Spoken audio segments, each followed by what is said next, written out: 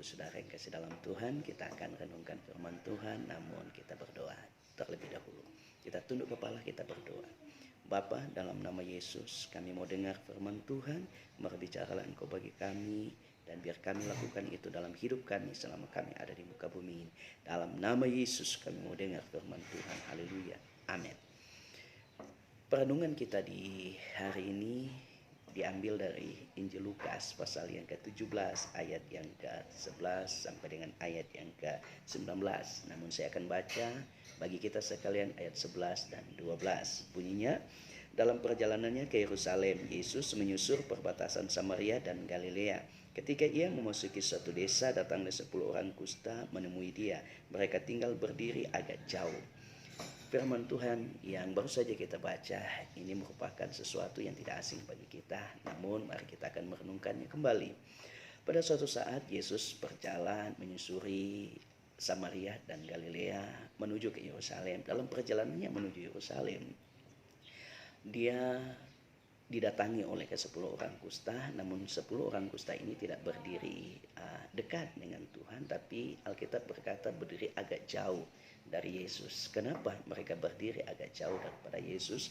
Karena pada waktu itu orang kusta tidak boleh berdekatan dengan orang yang tidak mengalami kusta. Dan pada waktu itu juga mereka disiapkan satu tempat khusus untuk ditampung. Jadi mereka tidak bisa hidup bersama-sama dengan keluarga, dengan masyarakat yang tidak mengalami sakit kusta. Mereka disiapkan tempat khusus untuk mereka tinggal di sana sampai mereka dipulihkan. Dan kita lihat bahwa Yesus peduli dengan mereka. Yesus tidak biarkan mereka, tidak cuekin mereka, tetapi Yesus peduli dengan mereka.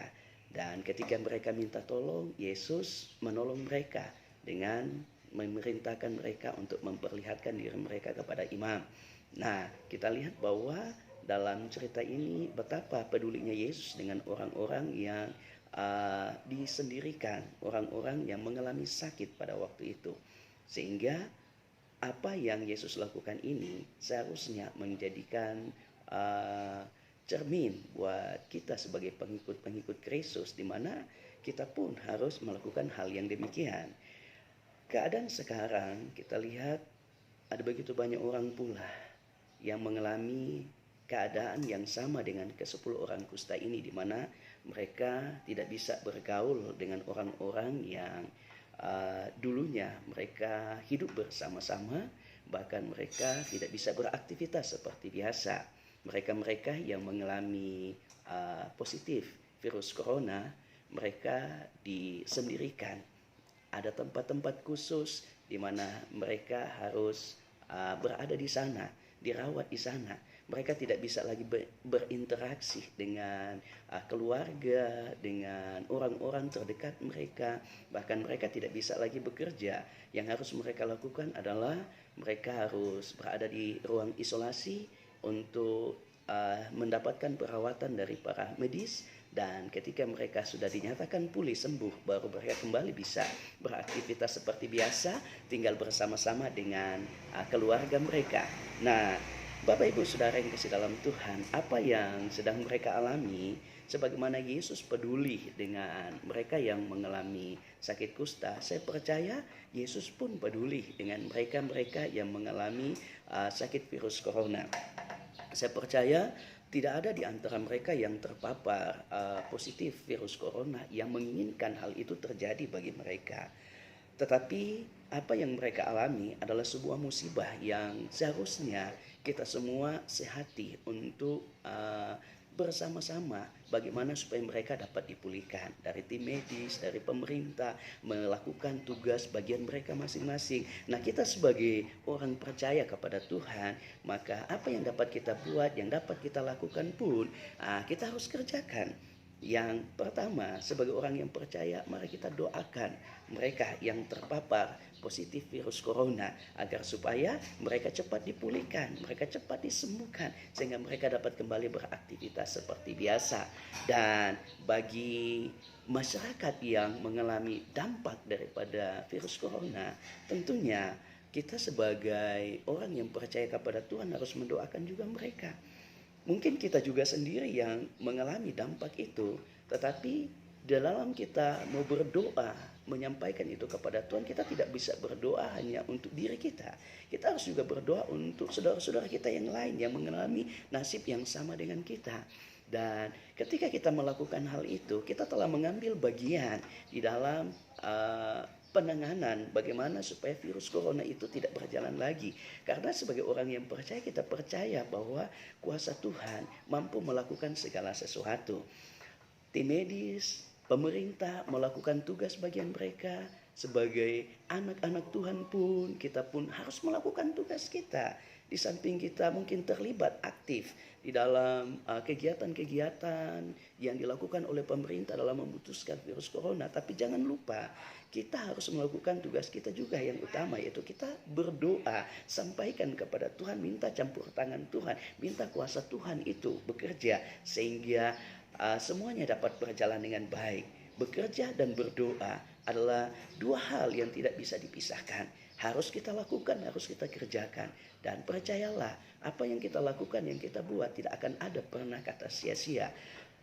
Ketika kita melakukan dengan keyakinan kita, maka kuasa Tuhan bekerja dan kita lihat bagaimana pemulihan itu dapat terjadi.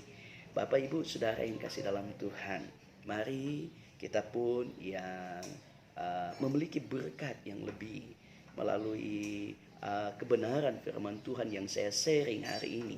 Saya mengajak kita juga untuk bisa berbagi dengan mereka-mereka yang sangat-sangat membutuhkan karena mengalami dampak virus corona. Dan saya percaya setiap pengorbanan kita, setiap apa yang kita lakukan itu tidak pernah sia-sia. Semuanya diperhitungkan oleh Tuhan. Asalkan kita melakukannya dengan ketulusan karena belas kasih. Bukan kita mau melakukan karena supaya kita mau dipuji, supaya orang mau berkata kita hebat, kita dermawan dan sebagainya. Bukan.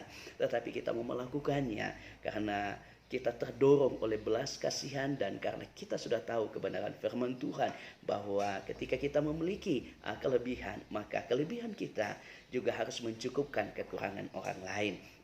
Saudara yang kekasih di dalam Tuhan, percayalah bahwa apa yang sedang menimpa bangsa kita, menimpa dunia ini, semuanya ada hikmah di balik itu. Yang pertama, sebagai orang yang percaya kepada Tuhan, tentu kita harus lebih banyak melihat ke dalam diri kita. Apa yang menjadi mau dan rencana Tuhan bagi kita pribadi masing-masing melalui keadaan virus corona yang sedang merajalela di bangsa kita bahkan di dunia ini. Sehingga kita sebagai orang yang percaya kepada Tuhan dapat memposisikan diri kita dalam keadaan ini sesuai dengan kehendak Tuhan. Kita tidak boleh saling menyalahkan si A, si B, saudara yang sang Tuhan, atau kita membenci si A, si B. Tidak bisa dalam keadaan seperti ini. Yang harus kita buat, yang harus kita lakukan, mari kita bergandengan tangan, kita membantu apa yang diperintahkan oleh pemerintah agar supaya kita lakukan sehingga penyebaran virus corona ini dapat berhenti. Dan kita pun harus bersatu di dalam doa. Percayalah, ketika umat-umat Tuhan bersatu di dalam doa, maka janji Tuhan itu pasti terjadi. Ingat, Tuhan mau menjawab setiap pergumulan umat manusia. Ada yang secara instan, yang kita kenal dengan namanya mujizat. Sekejap, seketika itu pun terjadi. Tetapi ada yang Tuhan jawab, saudara yang dalam Tuhan, tidak instan, tetapi melalui proses. Kenapa?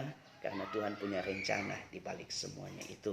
Masih ingat, umat Israel sebenarnya tidak perlu 40 tahun untuk mereka dari Mesir menuju Kanaan.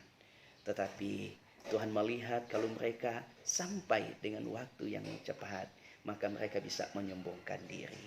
Hari-hari ini apa yang sedang terjadi, mari kita mengintrospeksi diri kita dan percayalah Tuhan punya maksud dan rencana yang indah dalam hidup kita.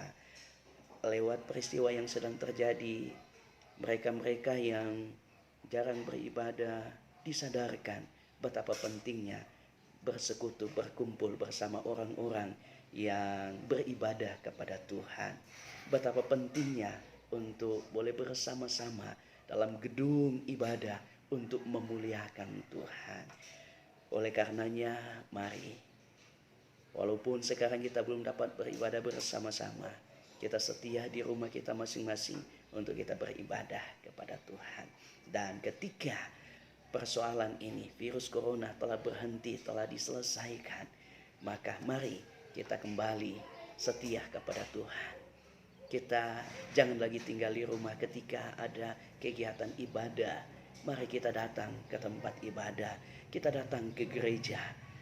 Cukup waktu yang Tuhan berikan bagi saya dan saudara untuk menyadari betapa pentingnya kita bersekutu dengan umat-umat Tuhan di Ka'bah Tuhan. Oleh karenanya, biarlah kita merenungi akan apa yang sedang terjadi sekarang. Dan itu menjadi bekal, menjadi bahan bagi kita sekalian. Agar supaya kita tahu apa yang harus kita buat, yang harus kita lakukan dalam perjalanan hidup kita ke depan. Tuhan memberkati kita sekalian. Tuhan menolong orang-orang yang mengalami sakit kusta. Tuhan pula akan menolong mereka-mereka yang terpapar virus corona. Tuhan pun akan menolong kita yang mengalami sakit yang berbeda-beda. Janji Tuhan selalu ditepati. Sebab janjinya ya dan amin. Tuhan memberkati kita sekalian. Amin. Kita tunduk kepala, kita berdoa. Terima kasih Tuhan, kami sudah dengar firman Tuhan. Kami bersyukur dan biarlah kekuatan Tuhan menjadi bagian kami melalui firman Tuhan yang sudah kami dengar. Dalam nama Yesus kami berdoa mengucap syukur. Haleluya. Amin. Shalom.